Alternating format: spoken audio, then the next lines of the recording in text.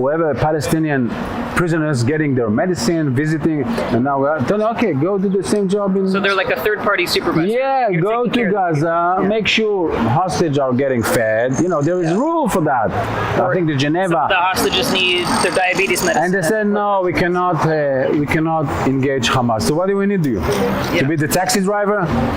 Yeah, so this is something that I want to challenge you watching, or you know, we see all of anybody on social media is an expert, right? You see one thing or another, and now there's all these different opinions, and the hostages are being treated fairly, whatever. Last week we did an episode on UNRWA and how UNRWA is being exposed for complicity with Hamas, which is a kind way to say it.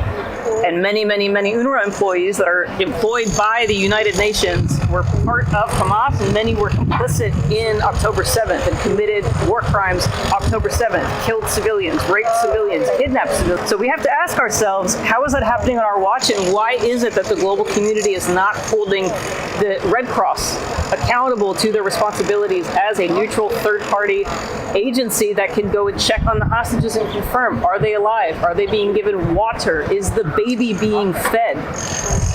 You might remember on October 7th, as the footage was coming out, because Hamas took GoPros and broadcast everything that they were doing, and they would pull out their cell phones and stream to Facebook. There was a moment where they had a mother who had her 2 kids wrapped in a blanket, terrified because she was being taken from her home with her children. And in the video that hit Facebook and these different social media networks, they were saying, hey, no, listen, we want everybody to see that we have humanity, we have civility, we're treating them like we're taking care of this mother and her 2 children that we are kidnapping into Gaza. We just want you to know that we're taking good care of them. Now, we haven't seen that family since, except that the father is being kept in different custody from his wife and his children. He doesn't know if his wife and kids are okay. And part of Hamas's mind games is that they filmed a video with him and they told him, we killed your wife, we killed your sons. And he starts weeping.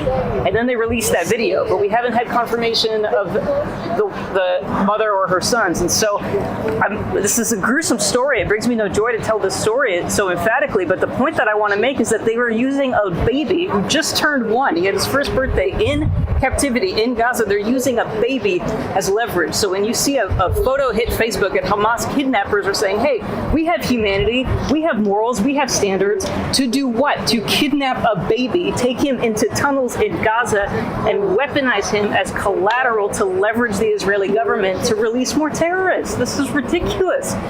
Just as humans, right? We can all say this is not okay. Release the hostages.